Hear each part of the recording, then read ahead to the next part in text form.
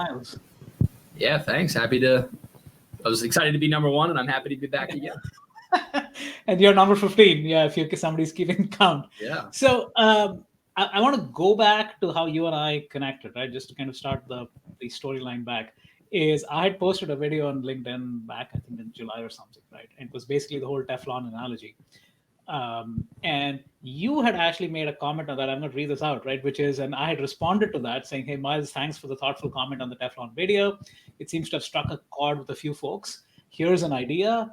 And I'm talking about myself. I recently got approved into LinkedIn Live. I have not jumped headlong since I wanted the discussion to be relevant. The Teflon video has given me an idea. Thinking of doing a series called Tales from Teflon at that point, and inviting everyone who commented to join me as a guest weekly as we dig deeper into the topic. And your response was, "I think it's a fantastic idea," and boom, here we are. So that's a little bit. Sign me up. I know, yeah, you're the trigger. So thank you for that. So that was in August. We're in December, almost the end of the year, right? And lots has happened in your life, right? Let's start with number one, which is your podcast, Relish the Journey, was one of the top 15 podcasts by the New York Weekly in 2020. You finally gave your TEDx talk after 6 months of delay. Yes. Your book is out called The Unseen Work. And probably the best of all, you're going to be a dad again in 2 weeks. Have I covered everything? On top of everything. Yeah, it's one way to end my year. Yes.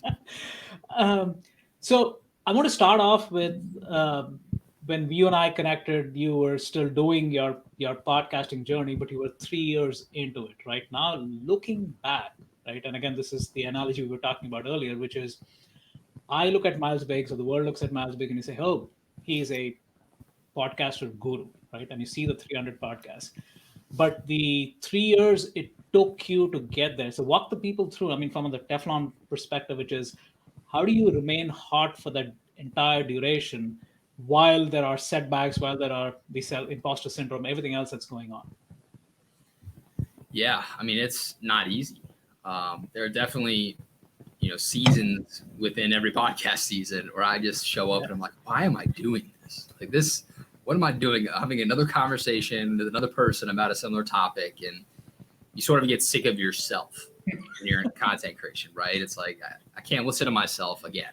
Yeah. But, it's funny how the universe works. And every time I feel like I've entered one of those seasons and I start to doubt myself or have second thoughts, something happens in my life that just reminds me about why I'm doing it.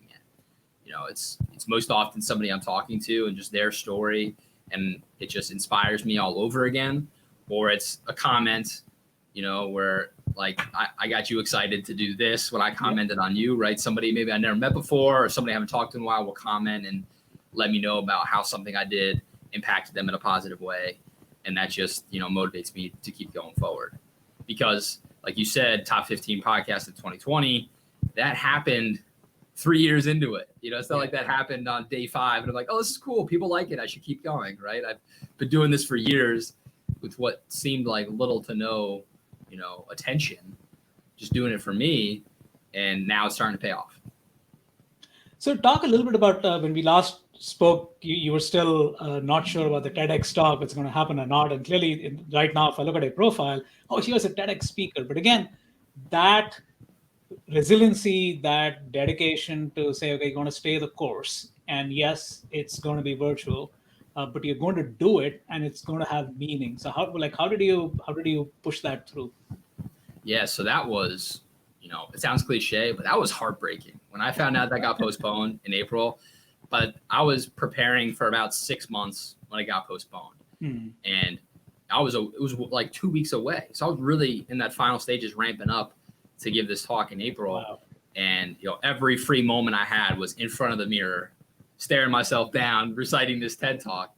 And then it gets postponed. And so really, and it was like a month of me just saying, I'm done. Like I can't do this talk anymore. I can't think about it. I just put it on a shelf because I was so just frustrated. Yeah. But then that ended up being a blessing because I got a little bit of distance from it. And when I revisited it again, and after a couple of months of, quarantine and the pandemic, my whole topic of really took on a new meaning for me. And it ended up being a better speech because I had more context to go with. So what I've learned with anything, how I keep up these big things I'm pursuing, is I just try to break it down into small bite-sized pieces that I know I can do sustainably. I don't know if you get this with what you're doing with this live stream now, but a lot of people will ask me, hey, I want to do XYZ. It's a podcast or a book or a live stream. How many times should I do it though? Should I do one a week, one a month, one every 2 months, whatever? My response is always pick a frequency that you can commit to doing from now until the end of time.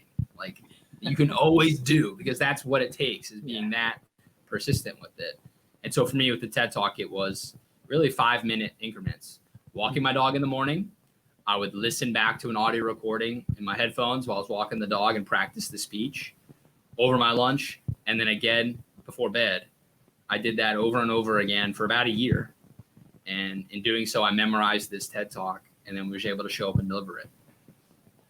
So talking about walking your dog reminds me of something else that you started off, and that was your daily video posts. Yeah. And it fascinated me because that's again something that you propelled yourself, right? And it seems like, oh yeah, I mean, you're walking your dog anyway. You got a smartphone in your hand, you can take a video, but it takes a lot of discipline, right, to be able to do that. So what did that teach you? I mean, that whole month-long experiment. Yeah, so that taught me a lot. I was always putting off video. I've been doing a podcast for a while, and so many people would say you should do video too, and I would roll my eyes and just say, great, one more thing I need to do. I knew I should do it. I know what they say about the algorithms and how it helps people find you, right? And I just couldn't bring myself to do another thing. But what I was realizing in the conversations I'm having with myself while I'm walking my dog, right? While I'm walking my dog, I'd be writing ideas down on my phone that I'd then go back inside later and then revisit that notepad on my phone and then record a podcast after the fact. Pee hit the brain. The phone's got a camera on it. Instead of writing down this idea, let me just hold up the camera and say it into the phone, and then I can post it. So it taught me that things are easier than we make them out to be in our own brains. And whether you look for a way to find it, or you look for to do it or not to do it, right? You'll find it, right? It's I think it's Henry Ford quote, like whether you want to or don't want to, you're right. Or if you think you can, you think you can't, you're right. Is the Henry Ford quote, right? Yeah. If you want to find a way, you'll find it. If you want to find a way not to, you'll also find it. So what I've learned when I start to, every time I kind of give myself a reason why I can't do something, I've learned to check myself and say, okay, the fact that I'm fighting so hard against this means there's probably an easy way to do it.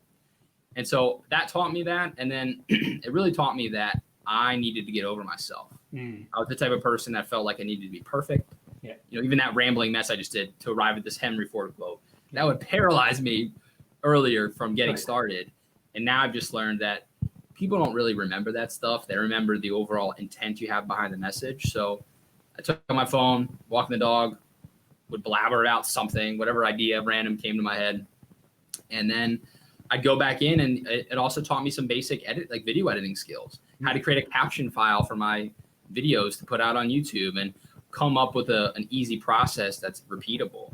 So the first couple of times are messy, but then you find a way to make it easier. And so a 1 or 2 minute video would end up taking me about half an hour worth of time to then stitch together, edit, and then schedule out. But I got into a groove then and went from doing one every single day to doing in one day, I'd shoot 7 or 8 videos, get it all packaged, and then I wouldn't have to do it again. I'd do these bursts of effort, and then I could take a break and then go back to it. And it became much easier to keep going. And ultimately, it got me LinkedIn Live. I mean, LinkedIn Live, when you apply for it, they want to see that you're posting consistent content. And so that was my means to the end. Was I did that. I did one video every single day for 60 days. And now I got LinkedIn Live. And now I also have 60 videos that I've been able to repurpose and post on other platforms whenever I need a piece of content, because it's done. And now I can pull from it whenever I need something else.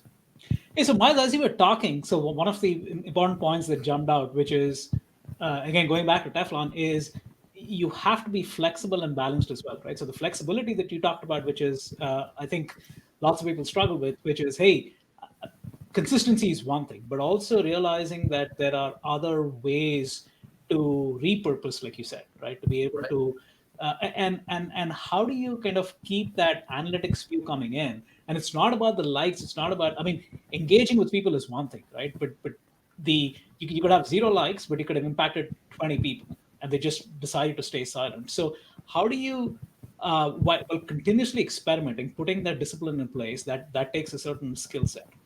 The other important skill set, like you mentioned, is the ability to understand how your content is being consumed. For instance, like you said, repurposing, right? Maybe the fewer people are showing up on live, but they're consuming it later. So therefore, so how do you kind of balance those two of maintaining consistency yet being flexible to pivot?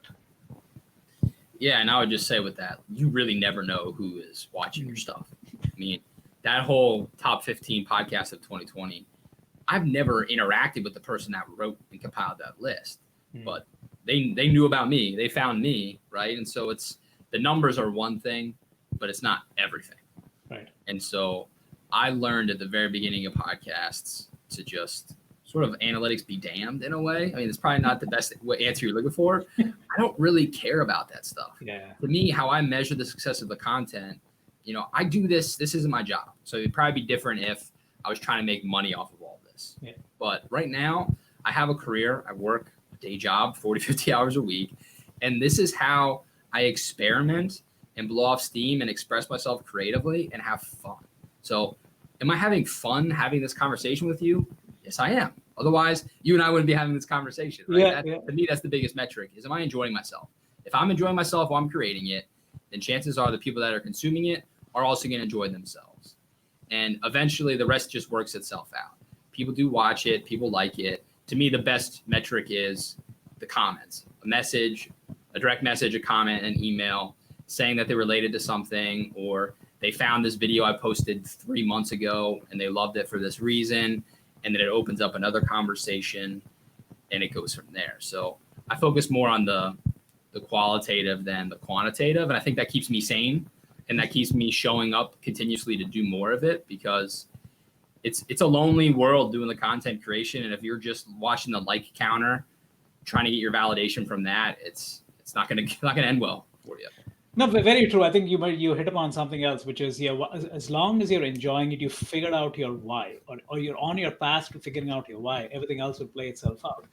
The one thing that, again, the Teflon Tales, one of the things that I push my guests on is every one of them, including yourself, is doing many, many different things, right?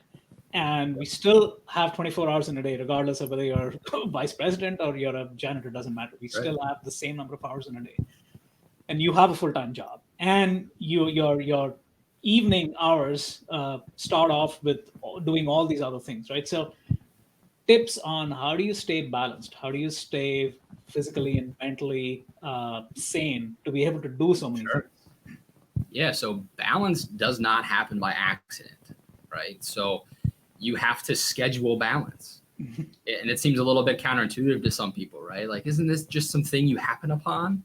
Like, you have to work at balance. So, and I work within like routines, right? So I've got my job routine where in my work day, I've got it figured out. So I'm efficient as possible. So I'm not working 70, 80 hours a week to get a 40-hour a week job done, right? I try to work no more than 50 hours a week, because if you're working longer than that, it's kind of your fault, in my opinion, right? Like, you should have more time for yourself than that. So that's one thing to figure out. If you want to do something outside of your day job, get your day job to fit in its box, do it well, perform at a high level when you're there, but you shouldn't be doing it all the time. You gotta make room for something else, or you will go crazy, you will burn out.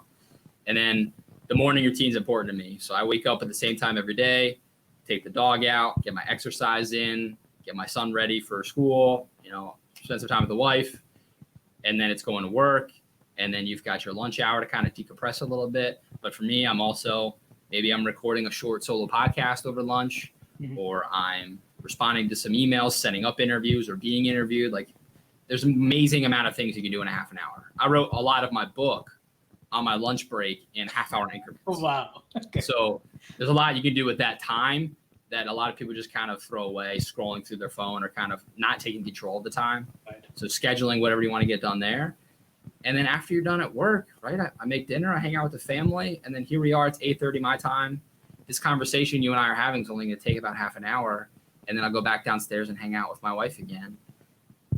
And that's it. So there are other times where she goes to bed at 9 o'clock and I'm up until midnight, 9 to midnight, 3 hours, recording podcasts, editing podcasts, working on the book, doing everything I need to do for all my content in a block that way. So what I found, you have to schedule balance. You have to schedule out the personal time as much as you have to schedule out the day job and schedule out the side hustles.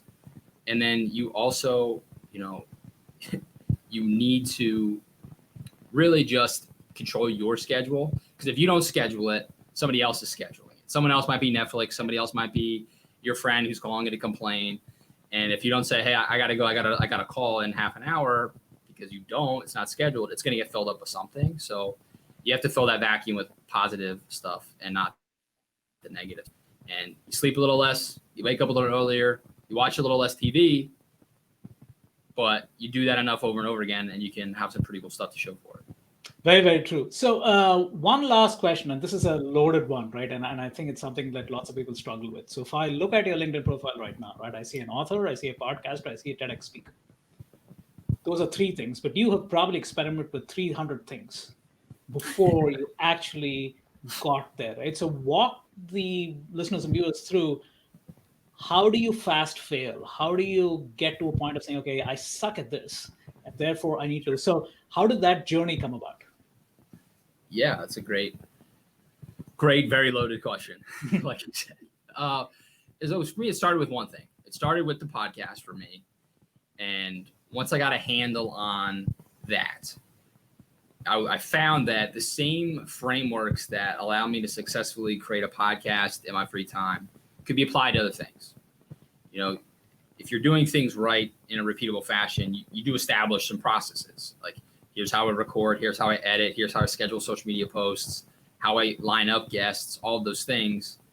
Whether I'm doing that for a podcast, or I'm doing that to be a guest on someone else's podcast, or I'm doing that to have a live stream show, or I'm doing that with myself to shoot those, walking my dog videos, or I'm writing a book, or I'm preparing for a speech.